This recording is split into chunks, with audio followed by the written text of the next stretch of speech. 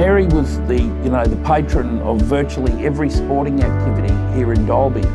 When she got awarded her MBE, the citation stated that she supported 40 organisations. And that wasn't only Dalby, that was Chinchilla, Tara. Huge impact on the town because she supported so much. And her theory was, you support the community and your town and they'll support you. She was part of our town and a big part and did so much good around the place helping sporting clubs, especially the rugby union. But Mary actually, when a sporting club was starting, she gave so much money to help them get established and there was a lot of money involved in this, up to $50,000 per club. For her 80th birthday, she forgave all those debts. That's what she was all about. She was all about doing or giving rather than receiving herself.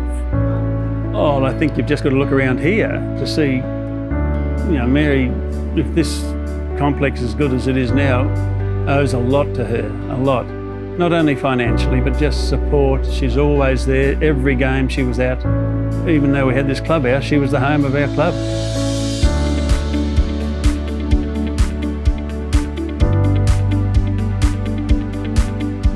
See, Mary was born in Tully.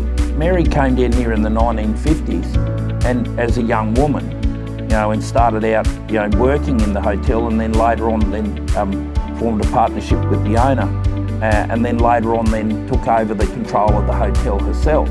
When I first started there, I was just like, oh, this is an old person's pub, because I was 18. She always wanted to make people welcome.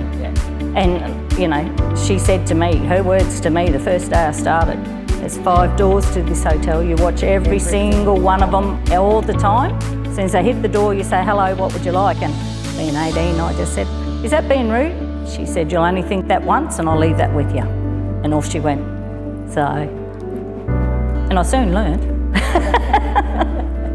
A female publican would have been a little bit of a rarity, but I think it was just Mary, even though Mary was only a small woman, she had a big personality and she had a big strong heart, and the fact is that she was a good businesswoman. Mary always told me that don't give someone a job or expect someone to do a job you haven't done yourself. Also a very caring lady, never missed math on Sundays. Then would come back and open the pub here, and the pub was about a place to meet and gather. It was always beautifully set up. You knew if you were going to Mary's it would be done right. Mary was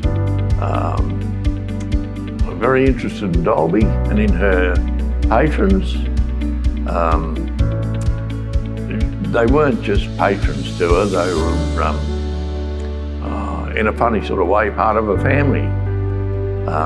And I think she regarded Dalby as sort of an extended part of her life. And she did so much good but didn't want people to know. She wouldn't spruik about it or anything like that. She did miles of good for sporting clubs around the place, and as I say, I think for a lot of private families. But you wouldn't know about it because she wouldn't make a big fuss about it. It would just be done and fixed. Even though she didn't have any children of her own, the staff were her family, and not just us personally, like our children, our partners, like our families. She was a beautiful soul. A lot of long-term staffers, and that simply because of who she was. Every time she talked to you, you knew she was talking to you. She was being part of your life. It doesn't matter if you're the police inspector to the gardener outside. Everybody was welcome, everybody was treated the same, and no one was any different. They all socialised in the pub together. Mary always used to take a genuine interest in people, and that you hear these stories and that of people that came here in the 1950s or 1960s, and then came to Dalby 30 years later, and then Mary walked in and was able to recognise them by name. A friend of mine was there and went away for about 5-6 years. She'd only met him once, came back, and it was, hello Jack, how are you? Happy days, love. But of course that obliged you to buy one back anyway, so it was sort of give and take. Well, Happy Days was Mary's call sign, you could say. We knew her by that. But, she was you always knew you were welcome at Mary's when she said happy days, and you always knew there was a drink coming. When you looked like you're about to go, happy days would come out very quickly. In her latter years, when it was failing her, you'd have someone come into the pub that she hasn't seen for a long time, and she'd sneak over to someone and say, "Who was that, darling?" So she could then, if she could get the name, then she'd go and claim them. And the Happy Days legacy, well, that just will never die. I think it was more saying thank you yeah. without saying thank you to the patrons and the community. If you can leave this life better for you being here, that's enough to be proud of, and I think she's achieved that without any worries. I finished the eulogy by saying, instead of happy days, they've passed on, but happy memories will last for a long, long time.